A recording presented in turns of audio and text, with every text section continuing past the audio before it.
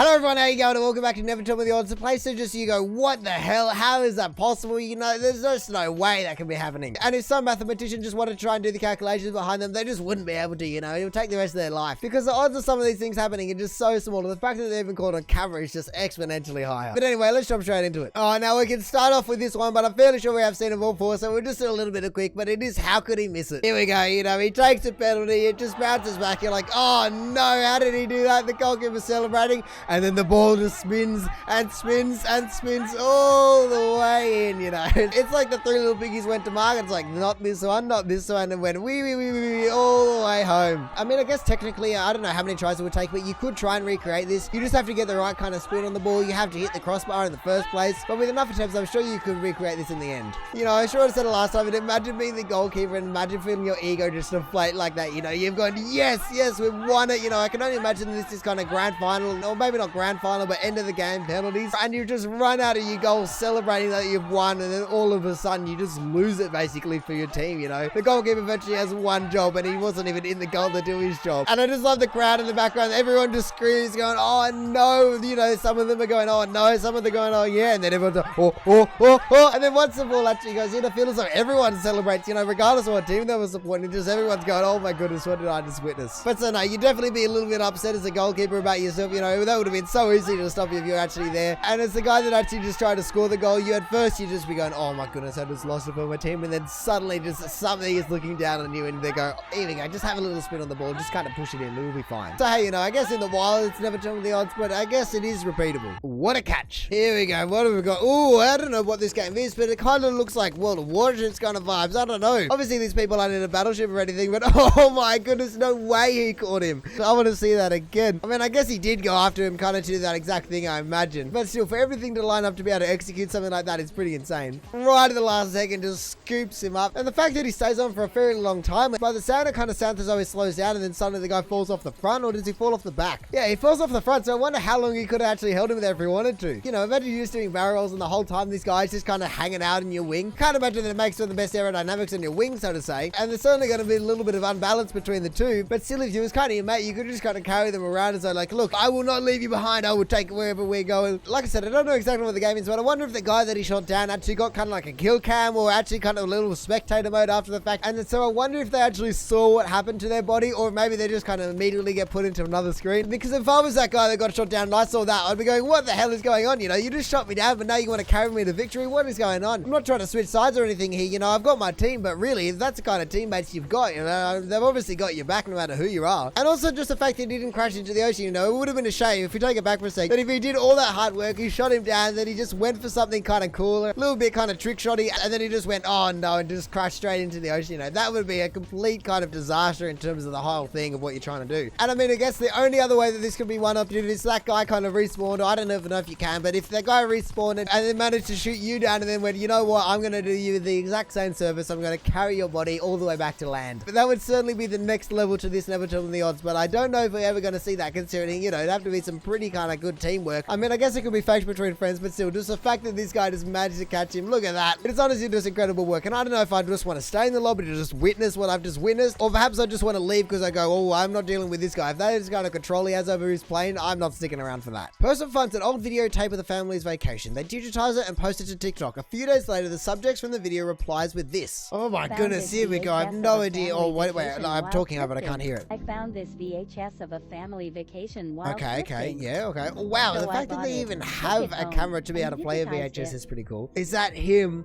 No way that's him.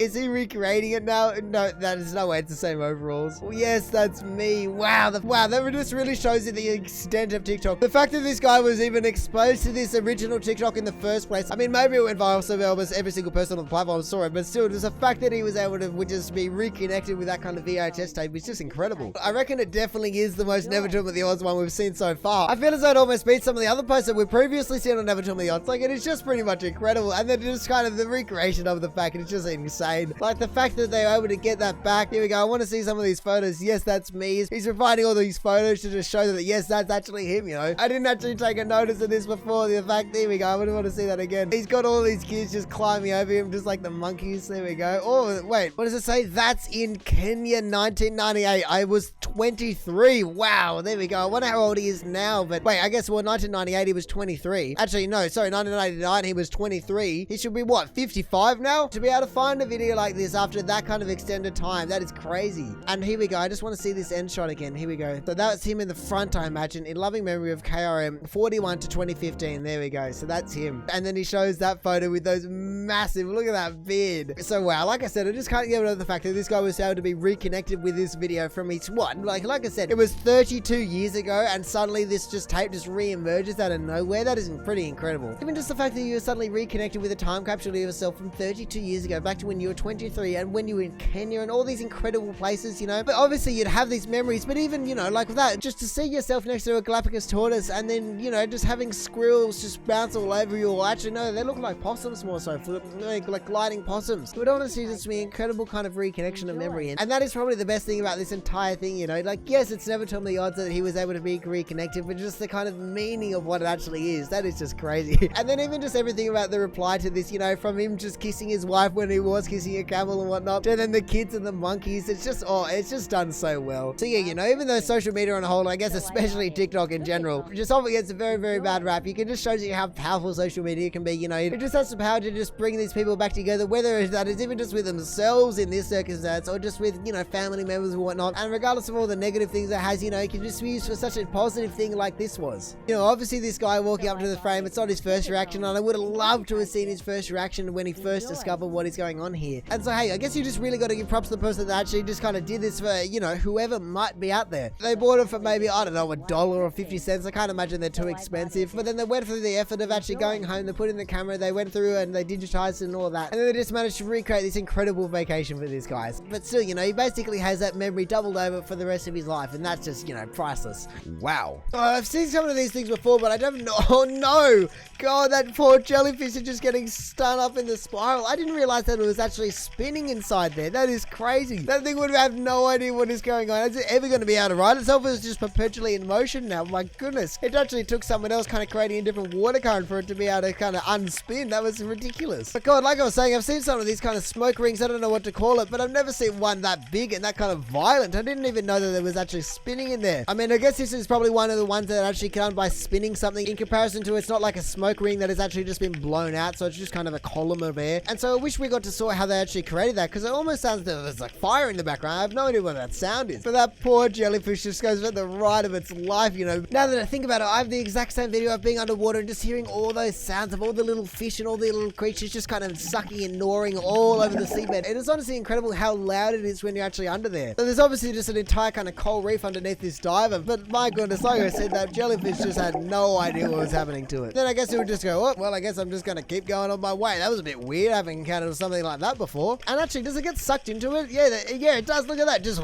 so there must be some kind of vortex around that entire ring. I'd love to see a simulation of a ring like that where you could just see all the flow and the water currents and everything like that. And just the amount of force and trajectory of all the water. That'd be incredible. I can only imagine it wouldn't exactly be the easiest thing to replicate in a simulation, but it would still be cool to see just how much water is flowing around there and just how that jellyfish got sucked into there and just got held there. But I guess from the perspective of that jellyfish, it was definitely Nevertellmetheodds, you know. It was just basically flying through an asteroid belt and then suddenly got sucked into a black hole. Tornado survivor finds dog buried alive under rubble in the middle of a news interview. God, obviously we know exactly what's going to happen, but I just want to watch it and see what really happens. So she was holding the dog and suddenly the tornado just ripped through and I imagine just ripped it from her grasp. God, I just have to listen to this because it's an incredible story. They were lying there in the rubble. Lying in the rubble. I wonder for how long. I wonder if she was rescued for some SES members or something. So obviously we know this is going to have a good outcome, but that would be incredibly crushing. I've never experienced a tornado, but I can't imagine living in Tornado Alley and just how quickly your entire world is just turned upside down. What happened here? I know exactly. What kind of stupid question is that? I mean, I guess maybe you wouldn't comprehend the scale, but still, you know exactly what just hit you. Where's the puppy? Oh, there's the puppy just lying there. The fact that they just noticed a little bit of movement and the dog managed to survive it. This video is what, like 2.5 minutes long, so it's taken quite a while to get here. And then the dog just seems completely fine. That's incredible. Wow, you just see the amount of devastation devastation. You're like, there's just nothing there anymore. And the fact that they both just kind of seemingly came out unharmed is incredible. God, like she just said, it was her last friend. And I mean, I guess you wouldn't imagine that the dog would have survived. Looking around, you would kind of go, well, I guess I was really lucky, but I called out to the dog and I heard nothing. But then even just the fact that they're doing the news interview right there, you know, they could have been doing it just 50 meters away or across the other side of all the devastation. And who knows what would have happened in terms of the dog being found or not. But the fact that they were doing it right there, they were just able to capture that instant reconnection between this lady and her dog. It's just incredible. Like, just the Nevertellmetheodds is just ridiculous. You know, in her voice, you can just kind of already hear that she's come to the terms of the fact. Here we go. Like, if we listen. I hollered for my little dog, and he didn't answer or didn't come, so I know he's in here somewhere. I mean, I guess thinking about it from the dog's perspective, it would almost be a similar thing to what we just saw with the jellyfish, you know. Suddenly, you're 1 minute, you're just kind of there, and then all of a sudden, you're just in this tornado-y whip thing, whether you're horizontal or vertical or whatever you're going to call it. You know, this force of nature just comes out of nowhere, just picks you up or turns you around. And even though the dog is just a little bit more of an intelligent life form than, you know, a one-cell jellyfish or whatever it is, it would still just have no idea what it's just hit and going, oh my goodness, what the hell? So yeah, you know, this month is kind of crazy, you know. Every single post just seems to one-up each other in terms of what the Nevertellmetheodds is. This one is just ridiculous. I can't wait to see what happens next. You know, pretty much like she says at the end here, the odds of her surviving is kind of crazy, but then the odds of them both surviving is just Nevertellmetheodds. Player's car lands where he spawned. Is this GTA? Yeah, this is definitely GTA in a scramjet. Whoa, well, what the hell? Someone managed to actually get him out of a boosted scramjet. Here we go. No way. No way. No way is he going to get absolutely taken out by his car. No way, it's still in the air. Holy moly. Oh no. What the hell? How do they cut it right there? That is ridiculous. How much airtime did that scramjet have? Like, it's still going, still going, still going. Surely that is a cut video or something, because the scramjet is nowhere near it. Oh, he spawned right there and it's fallen off the roof. Now I see what's happened. Because look, he's gone onto the domed kind of building where it's like the arena or whatever it is, and then it just landed on there and just slowly just rolls off the roof. Or, you know, not slowly, but just falls off the roof and does that. I mean, that is honestly ridiculous. Obviously, the last one was ridiculous in terms of, you know, it's real, and it definitely makes for a better story and everything like that, but this one is just kind of a laugh, kind of Nevertellmetheodds. And it wasn't even though he spawned and immediately got crushed, you know, he ran exactly to the spot where he got crushed by his car. These last two posts just to show you exactly what I was talking about at the start in terms of just these things are actually caught on camera, you know. I don't know how often you'd be able to kind of tell the last story in terms of the tornado, and I have no idea how often GTA would spawn you under your own car, but still, just the fact that some of these moments are captured is just unreal. Favorite part about the whole thing is just the fact that he just pulls out his gun and then suddenly, where is it? Here you go. You just see the shadow just encroaching on him. Obviously, we don't have many pixels, but it just starts over here and it just goes whoop. Here we go, and don't mind me. And I guess the things that start to set these posts apart from the ones at the start of the video is the fact that they are virtually just unrepeatable, you know. I certainly wouldn't want to repeat the last one, but with this one, I feel as though you could just attempt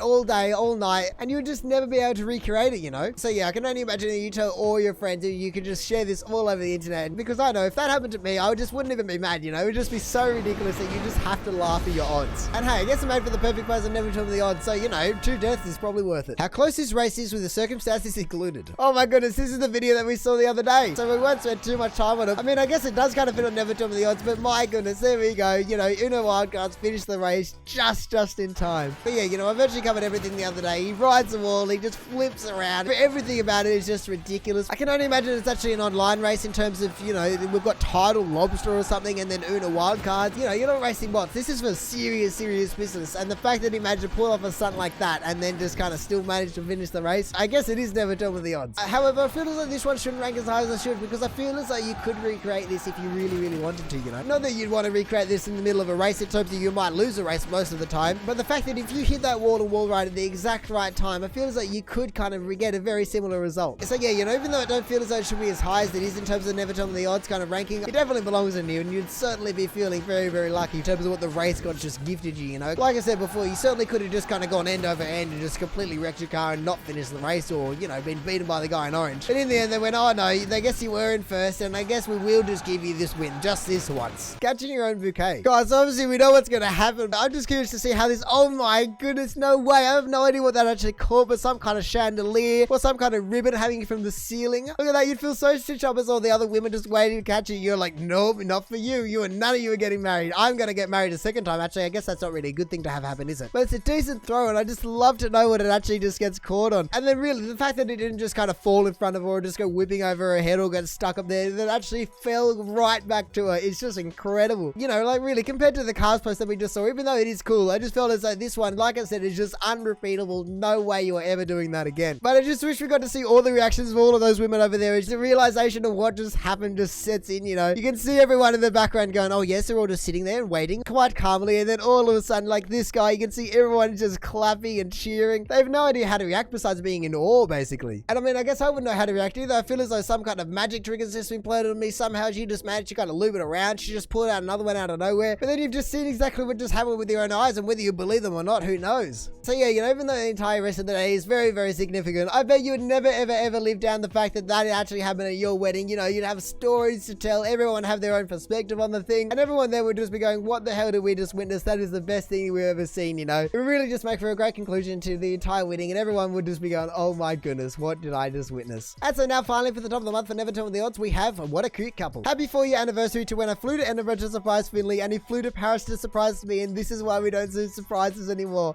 Oh my goodness, what the hell? Here we go, let me read the text. Hey Adam, do you know if it's Finley's in the flat by any chance? I'm back a day early and wanting to surprise him. Wow, he just flew to Paris like to do the same thing, like literally. No, he didn't. And then suddenly texting her actual boyfriend going, please tell me you're not in Paris. Come back, I'm here. Here's in Edinburgh, not Paris. I'm sorry, I was trying to be cute. Come back now. And the thing is, as disappointing as it may be to kind of have that happen to you, you couldn't even be mad. No one could be mad in this circumstance. You've both been thinking on the exact same wavelength to the point where you actually just synced up the days, you know. It's not like you did it today and Finley planned to do it tomorrow because, you know, you said you were back a day early or something like that. No, you managed to sync up the days perfectly. And I mean, hey, even though you say you don't do surprises anymore, I feel as though if that's the worst thing that you have in your relationship in terms of why you don't do prizes, I feel as though you're doing pretty good, you know. And so really, like I said, you just couldn't be mad. You just kind of remember it as your 4-year anniversary as to when you did that whole swap over. I have no idea how you actually ended up coordinating in terms of actually meeting up. You know, obviously you said come back now, but perhaps you actually ended up just coming back over. Who knows, you know. But no, I can certainly just hear you saying, what are the odds? Just never tell me the odds of this actually happening. And so I can definitely see why this is the top of the month for Never Tell Me the Odds, because that is just ridiculous. But anyway, speaking of that, it's going to do it for the top post and Never Tell Me the Odds, so thank you for watching. If you enjoyed the video, feel free to do the YouTube and little things down below. Other than that, you know, we see plenty of awesome posts all over Reddit, so make sure you check some of the other videos out, or maybe you just even want to consider subscribing so don't miss another one in the future. But all in all, have a good one, and see ya.